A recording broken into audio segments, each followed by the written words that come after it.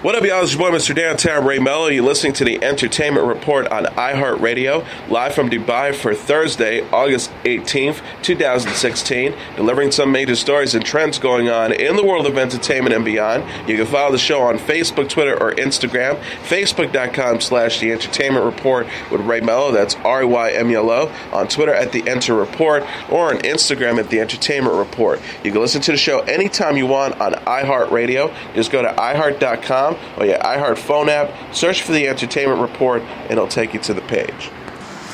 Canadian-born director Arthur Hiller, who spent more than a decade mostly working in television before a career in feature filming that included Love Story, the Americanization of Emily, and the comedy Silver Streak, died Wednesday. He was 92. Love Story, based on the bestseller by Eric Siegel, was an enormous box office hit in 1970 and was nominated for 7 Oscars, including Best Picture. While many critics dismissed the movie as too sentimental, it is number 9 on the AFI's list of the most romantic films of all time. Hiller served as president of the Directors Guild of America from 1989 to 1993 and of the Academy Motion Pictures of Arts and Science from 1993 to 1997. He received the Jean Hersholt Award at the 2002 Academy Awards. The Helmer went on a hot streak in 1970 and 1971 with Neil Simon's The Out-of-Towners and Love Story, the much-lauded black comedy The Hospital, for which Patty Chayefsky won Best Screenplay, and George C. Scott received an Oscar nod, and Plaza Suite, a Simon adaptation of his own play. The streak ended with 1972's Man of La Mancha, starring Peter O'Toole and Sophia Loren, which drew neither critical acclaim nor significant box office. Hiller continued to direct until 2006, but never achieved the same level of success again. Hiller directed a number of high-profile films in the 60s, including The Wheeler Dealers with James Gardner and Lee Remick, and in 1964, a well-received big-budget The Americanization of Emily with Gardner and Julie Andrews. He made Promise Her Anything with Warren Beatty and Leslie Caron in 1965, and The Light-Hearted Penelope with Natalie Wood in 1966. Next year, Hiller directed his own war movie, Tobruk, with Rock Hudson and George Peppard. In 1976, Hiller helmed the biopic W.C. Fields and Me, starring Rod Steiger, and the popular comedy Silver Streak with Gene Wilder and Richard Pryor. Also successful was his 1979 action comedy The In-Laws with Peter Falk and Alan Arkin, although his foray into horror that year, Nightwing, was a dud. Hiller's 1982 romantic triangle drama Making Love wasn't a hit, but courageously addressed homosexual themes. He followed up with Arthur with Al Pacino. His other films of the 80s included Steve Martin's The Lonely Guy, Outrageous Fortune with Shelley Long and Bette Midler, and in 1989 See No Evil, Hear No Evil, which reunited Wilder and Pryor but failed to live up to its high concept. Wilder's character is deaf, Pryor blind. Hiller continued with comedies, making Take Care of Business in 1990 and Married to It in 1991. He switched genres and made historical sports picks, The Babe with John Goodman in 1992, then returned to comedy with Carpool in 1996. In 1997 came the complicated Joe Esterhouse's scripted mess known as an Alan Smithy film, Burn Hollywood Burn, a movie about making a bad movie that was as bad as its pick within a pick. Hiller's last film was the similarly unsuccessful National Lampoon's Puck. Hiller was 92. British actor Jack Huston admits he feared he might be dead before lunch the first day he began chariot racing for his big-screen epic Ben-Hur. Huston said at a recent AOL Build discussion about the film in New York, "I've ridden horses for all my life and I feel very comfortable with horses, but that doesn't prepare you in any way for chariots. So there was quite a rigorous training process. It was about 3 months before we started shooting the chariot scene, where we started on a seated cart with 2 horses, then 4 horses on a seated chart, then 2 horses on a standing chariot. Finally 4 horses on a standing chariot, and that's something else. It's a rush. It is incredible. When in life do you get the opportunity to do that? I love that kind of stuff. It's like the funniest part about this job. You actually get to experience something that never in your life would you ever get to experience." The actor went on to say the cast and crew worked hard to get the chariot race scenes perfect, in part to pay homage to the classic Charlton Heston-led 1959 version of Ben-Hur, but also because a mistake could mean serious injuries of either the human or equine variety. He says they built the arena to scale, and we would go around that 32 horses, sometimes at a time, weaving in and out. It was insane. It seemed like everyone was like, yeah, this is dangerous. This isn't like, oh, you're okay, you're an actor. They were like, yeah, no, you could die, so watch out, he explained. Huston revealed director Timur Bekmambetov used an unlikely resource when learning about the ancient blood sport in preparation for the film. He noted, Timur did an amazing research, and a lot of research was on YouTube looking at NASCAR, looking at certain things like that. He was very aware that he wanted to bring this to a modern audience, and a modern audience who are so used to it now, which is so bizarre, of seeing the most incredible effects and seeing the most beautiful CGI. And now we're seeing cars turn into robots and people living in different planets, and it's the beauty of cinema. But Timbor said, in this, you almost want to completely reverse that and go the other way, because today's audience are really smart and they are looking for something. He was like, for an audience, if there was ever a moment that they felt like you weren't on this chariot, you lose them instantly because of the history of the previous race in the 1959 film. So we had to do everything, and it was imperative that we were on those chariots doing it. You're going so fast, you don't turn the corners, you drift around the corners. The first day, you assume you're going to be dead by lunch. Set in Roman-occupied Jerusalem 2,000 years ago, Ben-Hur is to open in U.S. theaters Friday. It co-stars Toby Kebbell, Morgan Freeman, and Rodrigo Santoro. Houston is best known for his work on HBO's Boardwalk Empire, as well as the films Pride and Prejudice and Zombies, The Longest Ride, and American Hustle. Comedy duo Will Ferrell and John C. Reilly are set to reunite once again in a new Sherlock Holmes-based comedy entitled Holmes and Watson. According to Variety, the film, written and directed by Ethan Cohen, who made his directorial debut with Ferrell in 2015's Get Hard, will feature comedic takes on the iconic detective and his trusty partner as they take on enemies from around the world. Ferrell is set to portray Holmes, while Reilly will appear as the always dependable Watson. Holmes and Watson will mark the third time the pair have appeared together, following 2006 Talladega Nights, The Ballad of Ricky Bobby, and 2008 Step Brother. Studio Sony Pictures has previously greenlit the film with Sacha Baron Cohen set to star alongside Ferrell, but the project stalled after the actor dropped out, according to Deadline. Holmes and Watson joins a growing list of adaptations based on the fictional sleuth, including BBC's hit drama Sherlock, CBS's Elementary, and a currently in-developed third entry in Robert Downey Jr.'s Sherlock Holmes film series, which producer Joel Silver could start filming this fall. And speaking of Robert Downey Jr., he may return to television in an HBO series penned by True Detective creator Nick Pizzolatto. The Hollywood Reporter broke the news, but said details about the project were not clear, and the cable network has declined to comment on its story. Deadline.com says the series is believed to be a reboot of the classic Perry Mason legal drama. Downey Jr. played a scene-stealing role on Ally McBeal from 2000 to 2002, but was fired because of his drug use and related legal troubles. Playing in silver for several years, Downey Jr. is now one of Hollywood's most popular movie stars, playing Iron Man in the Marvel superhero film franchise. Jonah Hill, Miles Teller says they leaped at the chance to pay real-life international arms dealers and director Todd Phillips' new movie War Dogs because meaty roles for millennials aren't easy to come by. Hill said at a recent New York press release, "I read the article on which the film was based on when it came out and really liked it and tried to get the rights to it, but Todd's company had already done so."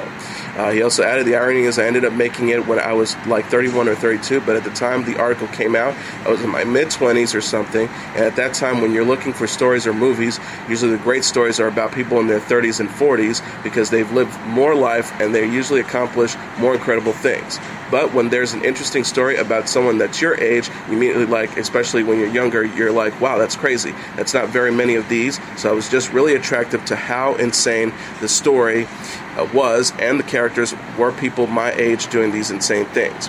Teller, who was sitting beside Hill and Phillips, said on the panel, "Yeah." And similarly, I think when you're looking for scripts or for characters around your own age, a lot of times they don't have the kind of responsibility that Jonah was talking about that is usually seen in parts that are older for you. I think that these guys' youth kind of gave them they didn't have as much to lose.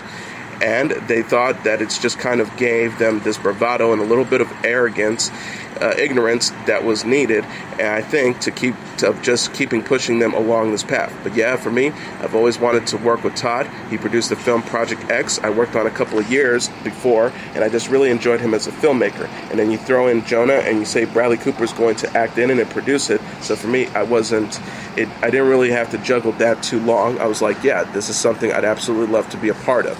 War Dogs is to open in U.S. theaters on Friday. J.K. Rowling is releasing 3 new ebooks called Pottermore Presents, which will delve into untold stories of the Wizarding world. The book, available for download from digital book retailers and right from Pottermore itself, will each feature a different Hogwarts-related theme. Hogwarts and an incomplete and unrelatable guy will share details about the enchanted school from ghosts to the Sorting Hat. Short stories from Hogwarts, Power, Political, and Pesky Portuguese will explore darker themes surrounding the Azkaban Prism, the Ministry of Magic, and a new writing about potions master Horace Slughorn, plus additional information on Dolores Umbridge and Rhaenyra's Quirrell. The third book, Short Stories for Hogwarts, Heroism, Hardship, and Dangerous Hobbies, take a deeper look at Hogwarts staff, including another new original piece from Rowling, this time about Minerva McGonagall and her role in the Second Wizarding War. Pottermore's blog posted announced the book release, so for those who want to quench their thirst for more knowledge about the Wizarding world, such as why the Black family bestowed such odd names to their children, how a witch or wizard became a portrait, or what J.K. Rowling really thinks about Professor Umbridge, step right this way to find out. The new book comes on the heels of the release of Harry Potter and the Cursed Child, the published script of the play of the same name, which is running in London West End until December.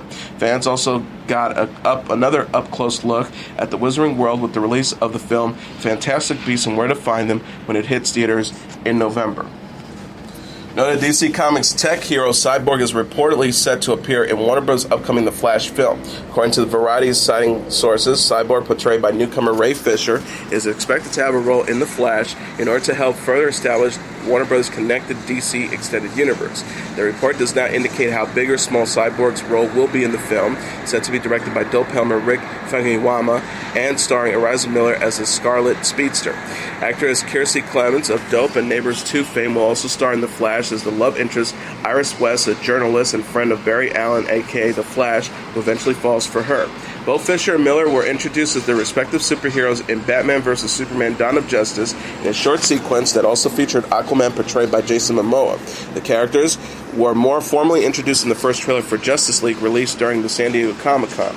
Justice League, which also stars Batman, played by Ben Affleck, Wonder Woman, played by Gal Gadot, and Superman, played by Henry Cavill, is set to arrive in theaters November 17, 2017, while The Flash still has no solid release date.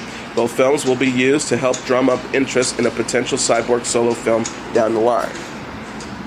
Lin-Manuel Miranda and Alan Menken are coming together to pen the music for Disney's live-action remake of the 1989 animated classic The Little Mermaid. Miranda recently worked with Disney on the upcoming animated feature Mona, for which he wrote the music. He is also set to star opposite Emily Blunt in the remake of Mary Poppins. Menken wrote the music for the animated Mermaid, winning him 2 Oscars for his work.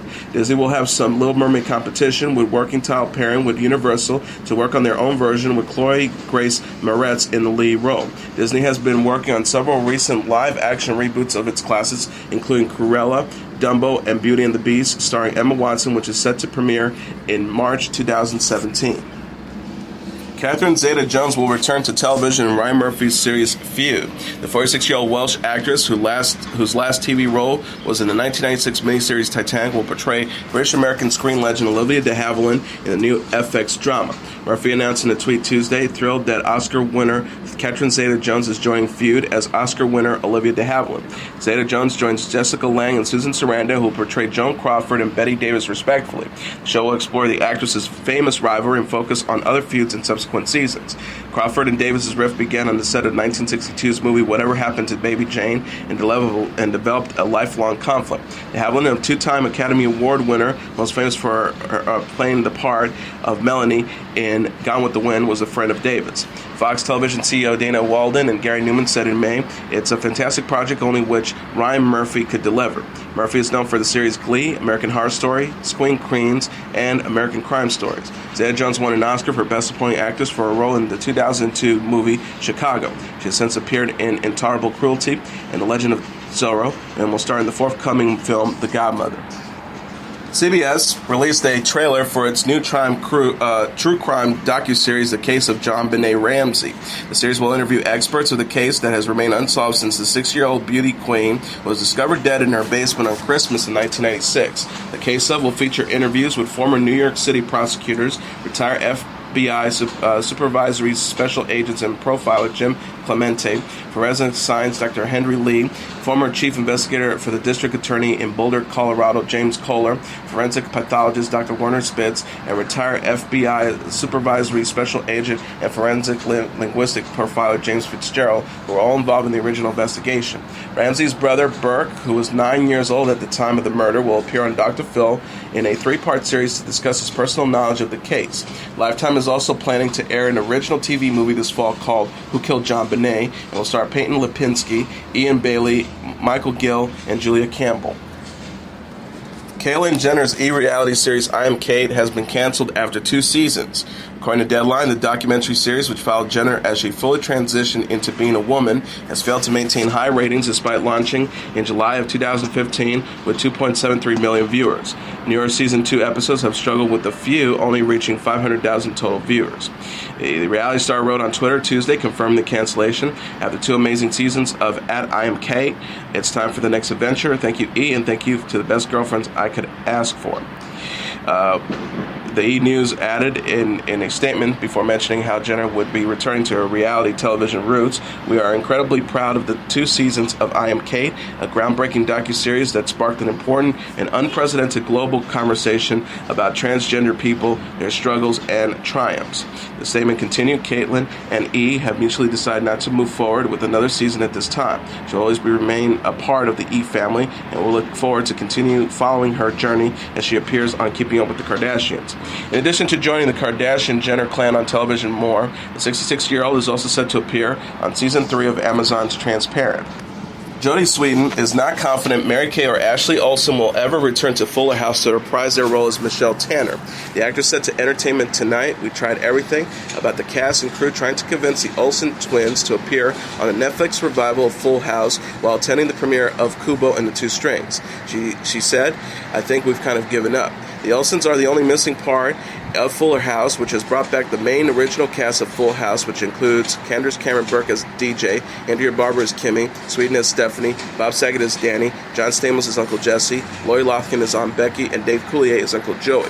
The characters have mentioned Michelle's absence on the series as noting that she is busy running a fashion empire in New York, a reference to Mary-Kate and Ashley's real-life career.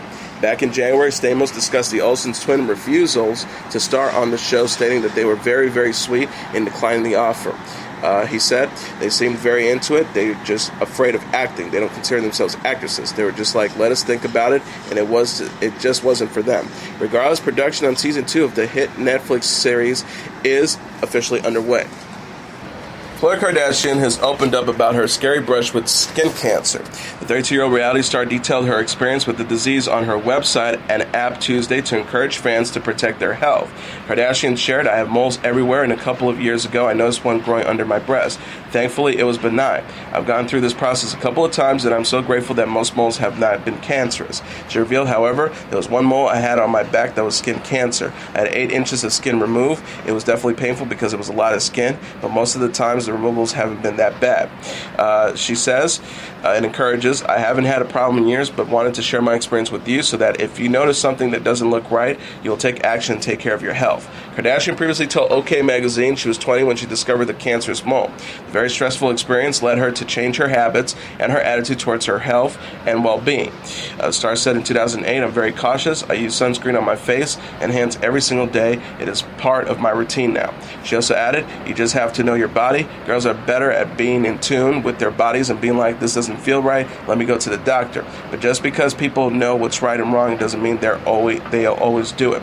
Kardashian and her family underwent DNA testing for BRCA1 and BRCA2, the breast cancer and ovarian cancer susceptibility genes, in keeping with the Kardashian season 11. She, her mom, and sisters all came back negative. David Schwimmer says his fame from Friends was an overwhelming experience. The 49-year-old actor who played Ross Geller on the long-running NBC sitcom admitted in a Hollywood Reporter Awards Chatter podcast that he struggled with sudden fame. Schwimmer said of the show's success, "It was a huge life-changing event. It was pretty jarring, and it messed with my relationships to other people in a way that took years, I think, for me to adjust to and become comfortable with." He confessed, "As an actor, the way I was trained, my job was to observe life and to observe other people. So I used to walk around with my head up, really engaged, and watching people. The effect of celebrity was the absolute opposite. It made me want to hide under a baseball cap and not be seen." Friends had a 10-season run on NBC from 1994 to 2004 and remains one of the most watched television series of all time. Schwimmer had shared similar sentiments about fame in a 2011 interview with The Telegraph. The star said, "There were dark periods where I allowed myself to be complacent with the whole celebrity thing, even though it was something I always resisted and still do resist." He also added, "The biggest effect celebrity has on me was that I stopped being open and receptive and started to walk around with my own head down. Celebrity made me want to hide, to run away and hide. Schwimmer has since portrayed Robert Kardashian on American crime story The People vs. O.J. and is nominated for an Emmy Award for the role. He presently stars in the AMC series Feed the Beast, which finished the first season August 2nd. Bella Hadid recently went nude for Vogue Paris magazine. The 19-year-old American model landed the publication's September cover and stripped down from the inside spread. The Hadid gave a shout-out to the Free the Nipple movement with sharing photos from the issue Tuesday on Instagram. She wrote of photographers Mert Alice and Margaret Pigart, a.k.a. Mertha and Marcus, a hashtag freeing the nipple from our French Vogue cover with my brothers at Mertha Alice and at Mac Pigott. Thank you for opening my eyes to a new art form. She also added of Vogue Paris' editor-in-chief, Emmanuel Alt. Thank you for the opportunity and experience at Emmanuel Alt, at Vogue Paris, and everyone for your support. Hashtag love your body. In addition to her topless photo, Hadid also posted a bottomless foot picture from the shoot. The model previously voiced her support for the free nipple movement in the September issue of Glamour. She told the magazine, "I'm really proud to be a woman. I love that women can be feminine but also powerful. Free the nipple." The star added of mom Yolanda Hadid, "My mom is European. We were always very comfortable with our bodies. It's fine if you don't want to show your body like that, but if a woman wants to show her body, I'm all for it." Free the nipple is in part protest Instagram's strict ban on female nipples in photos. Chrissy Teigen, Chelsea Chandler, Naomi Campbell, and Ireland Baldwin are among the other celebrities who support the campaign. Actor Zac Efron surprised mega fan and gold medal winner Simone Biles and the rest of the U.S. gymnastics team at NBC's Real Studio on Tuesday. Efron, who has tweeted his well wishes to Biles and shared his excitement about watching Team USA compete in Rio, shared a photo of himself surrounded by the women's gymnastic teams with the caption, "My Olympic dream came true." He also tweeted a set of photos of himself with Biles and one picture with Final Five team captain Ali Reisman. Biles posted a video with Efron to her Twitter saying she thought the two were taking a photo instead of a video, but she wanted proof that Efron kissed her on the cheek. Biles has not been shy about her affection for Efron, telling NBC about the life-size Efron cardboard cutout she keeps in her room. Biles also gushed about Efron to Ellen, who provided her with a leotard with Efron's face on the front. Biles has been a standout at this year's games, earning 4 gold medals and a bronze. Lady Gaga's father, Joe Germanotta, will release a cookbook featuring recipes from his New York restaurant, Joanna Trattoria, with Gaga writing the book's foreword. The book, entitled Joanna Trattoria's Cookbook, Classic Recipes and Scenes from an Italian-American Restaurant, shows recipes from the restaurant and anecdotes from the Germanotta family. The Upper West Side restaurant opened in 2012 and has marked itself as a family-style eatery featuring traditional Italian fare. The press release from the book publishing company says family, food, and love are in the foundation upon which Joe Germanotta and his wife Cynthia raised their daughters Natalia and Stephanie, aka Lady Gaga. It also had a name for her sister who died of lupus 3 months shy of her 20th birthday. Their family-run restaurant is built on those same fundamental principles. In the pages of this cookbook, Joe has collected recipes and entertaining anecdotes inspired by his world-famous restaurant. The book is set for release on November 22nd. Eminem surprised fans in his hometown of Detroit Tuesday when he joined Drake on stage as part of the Canadian rapper's Summer 16 tour. Drake said while bowing down to Eminem after the duo performed their hit 2007 single Forever, the tour makes some noise for the greatest rapper to ever get on a microphone. The crowd was sent into a frenzy when the real Slim Shady first appeared on stage, rising up from a hidden trap door. Eminem said in returning the favor to Drake, "It is an honor to share the stage with this man right here." The Detroit native will later share a backstage photo of the two hip-hop heavyweights on Instagram. Eminem wrote, "Views from the Joe," a reference to the concert's venue, the Joe Louis Arena, and to Drake's recent release 4th studio album, Views. Drake's Summer 16 tour has now included appearances by Rihanna, Kanye West, LeBron James, French Montana, J. Cole, Fat Joe, and more. And here are the top 10 songs on the Billboard Hot 100 singles charts for the week of August 27th. Number 10, Rihanna with Needed Me. Number 9, Justin Timberlake with Can't Stop the Feeling. Number 8, the Chainsmokers featuring Die with Don't Let Me Down. Number 7, 21 Pilots with Ride. Number 6, the Chainsmokers featuring Halsey with Closer. Number 5, Drake featuring Wizkid and Kayla with One Dance. Number 4, 21 Pilots with Heathens. Number 3, Calvin Harris featuring Rihanna with This Is What You Came For. Number 2, Major Lazer featuring Justin Bieber and M.O. with Cold Water. And the number 1 song on the Billboard Hot 100 singles charts for the week of August 27th, Sia featuring Sean Paul with Cheap Thrills. And now let's take a look at what happened on this date in entertainment history. On this date in 1979, Cheek's Good Times hits #1 on the U.S. pop charts. In the final decadent years disco era, the group Cheek reached the height of their popularity just as their musical niche was about to disappear.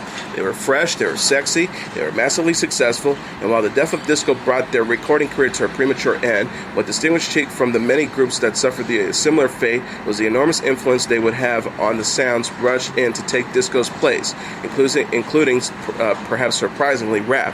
The greatest example of that influence related to the historic importance of their second #1 hit, Good Times, which topped the Billboard Hot 100 charts on this date in 1979. The brains behind Cheeks were Nile Rodgers and Bernard Edwards, the talented performer, songwriters, and producers who founded the group in 1976. As the name would imply and the album covers made clear, Cheek was very much interested in image, but it was their R&B influenced sound that really struck a chord with disco crowds and record buyers that made Le Freak the group's first #1 hit in December of 1978. Cheek's second chart topper was just as popular on the radio and on the dance floors in the summer of 1979, but the real impact of Good Times would come after it dropped from the charts entirely. In the autumn of 1979, an inspiring music industry entrepreneur named Sylvia Robertson decided that the underground club phenomenon known as rapping might just be worthy of commercial exploitation. Using the distinctive bass hook and long instrumental breaks of Good Times as a backing track, the group that Robinson cobbled together called the Sugar Hill Gang turned Cheek's disco smash into Rapper's Delight, the first hit record in the history of hip-hop. While creating the foundation for hip-hop's first pop hit, maybe Cheek's most historically significant contribution to pop music, Rodgers and Edwards continued to exert as influence on pop as prominent producers as well after Cheek's heyday. Besides collaboratively composing and producing late disco-era hits like We Are Family in 1979 for Sister Sledge and Upside Down and I'm Coming Out in both 1980 for Diana Ross, Rodgers and Edwards individually had a hand in the careers of many of the most successful albums of the 1980s, including David Bowie's Let's Dance in 1983 and Madonna's Like a Virgin in 1984.